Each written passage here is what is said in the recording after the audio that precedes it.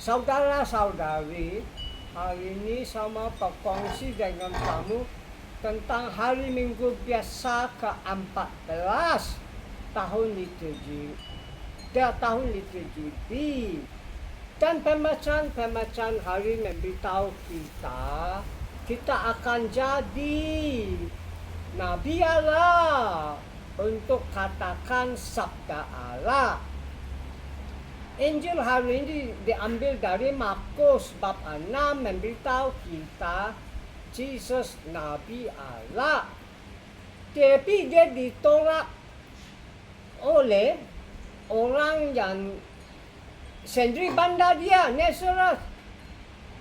Dan akhirnya dia ditolak oleh semua Israel.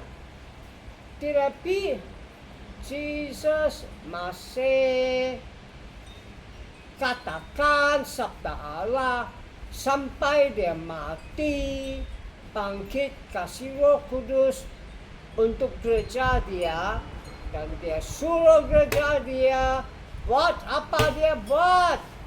Jadi Nabi Allah katakan sabda Allah. Itulah masih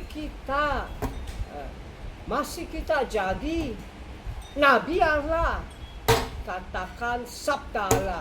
Itu yang terpenting. Pembahasan pertama dari Nabi Ezekiel bab 2 memberitahu kita Allah panggil Nabi Ezekiel jadi nabi di Babylon di abad 6 belum Kristus datang. Bila orang Israel dibuang negara asing Babylon, tetapi orang Israel tolak Nabi Ezekiel. Dia lawan Nabi Ezekiel. Tapi macam Kristus, Nabi Ezekiel masih katakan sabda Allah. Terima atau tidak terima, tolak atau terima, dengar atau tidak dengar. Nabi Ezekiel macam Yesus, dia mengatakan sabda Allah saja. Dan Nabi Ezekiel satu tanda tunjuk kepada Kristus yang katakan sabda Allah. Semua pun ada penganiayaan, semua pun ada pahlawan. Mengatakan sabda Allah sampai mati, bangkit, kasih Roh Kudus. Dan untuk jadi Nabi Allah, mengatakan kabar gembira sampai mati, bangkit, dan kasih Roh Kudus.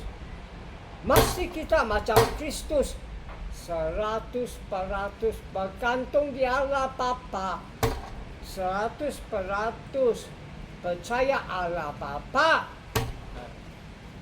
Itulah Mazmur hari ini, satu sembahyang bergantung di Allah Bapa, percaya di Allah Bapa saja, dan panggil Allah Bapa selamat kita dari penganiaya, dari menganiaya.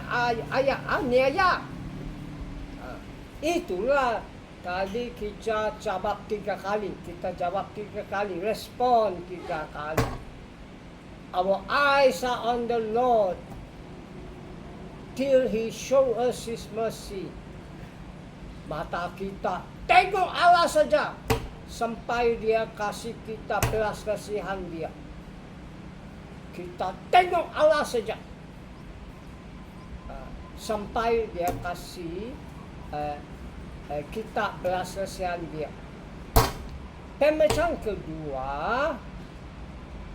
pun penting. Pembacaan kedua diambil dari surat Sankti Paulus kepada Korintians. Surat kedua Korintians bab 12. Sankti Paulus pun memberitahu kita bergantung di Allah saja 100% bergantung di Allah saja. Santi Paulus, pembacaan kedua, dia tulis ini surat sebab ada banyak nabi palsu, rasul palsu, berlawan dia, menganiaya dia, dan di hadapan berlawan dan penganiaya oleh itu nabi dan rasul palsu, dia bergantung di Allah saja. Sebab itu Santi Paulus memberitahu kita satu yang terpenting. Bila saya lemah, saya kuat. Mengapa? Sebab dia tidak bergantung di sendiri. Dia bergantung di Allah. Sebab itu bila ada penganiaya, ada pelawan, dia bergantung di Allah. Sebab itu dia kuat dalam Kristus. Itulah dia kasih tahu kita yang terpenting. Bila saya lemah, itulah saya kuat. Saya kuat. Itulah mau jadi Nabi Allah, mesti kita bergantung di Allah. Jangan lupa satu, kadang-kadang kita lupa.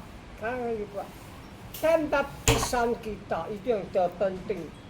Bila kita dibaptis, kita semua terima Roh Kudus. Dan kita diurapi, diminyakkan. Jadi 3. Padri, Nabi, dan Raja. Dan itu 3. Pertama yang terpenting, jadi Nabi.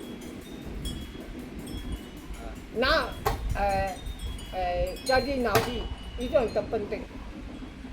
Kita jadi Nabi, mewatakan sabda Allah. Kita jadi padri untuk sembahyang, merayakan sakramentum, terutama sakramentum Eucharistia. Kita jadi raja untuk membina community, membina paroki, diocese, membina gereja, dan membina kerajaan Allah di sini dan di sana dan sekarang di bumi. Tapi ini 3 Nabi yang terpenting. Sebab Nabi katakan sabda Allah, kasih iman. Ini boleh dibaca surat Roma bab 10 ayat 17. Nabi katakan sabda Allah, kasih iman. Dan dengan iman saja baru kita boleh sembahyang, merayakan sakramentum, terutama sakramentum yang terpenting Eucharistia. Dan bila kita merayakan misa atau Eucharistia dengan iman, Roh Kudus turun, bukan kau. Roh Kudus turun, membina community kita, paroki kita, diocese gereja kita, dan Roh Kudus membina kerajaan Allah di sini dan sekarang di bumi. Ini yang terpenting. Nah, itulah mesti kita jadi nabi, padri dan raja. Apa kita buat sekarang? Kita sekarang merayakan Eucharisti, merayakan Kristus mati bangkit, makan tubuh dia, minum darah dia, dan Kristus sudah bangkit, kasih kita Roh Kudus. Tolong kita jadi Nabi Allah, katakan sabda Allah, supaya dunia percaya dan dunia diselamatkan. Dengan kabar gembira ini, saya wish kau a happy and a blessed Sunday and a happy and a blessed week. Amen. Tuhan memberkati kamu.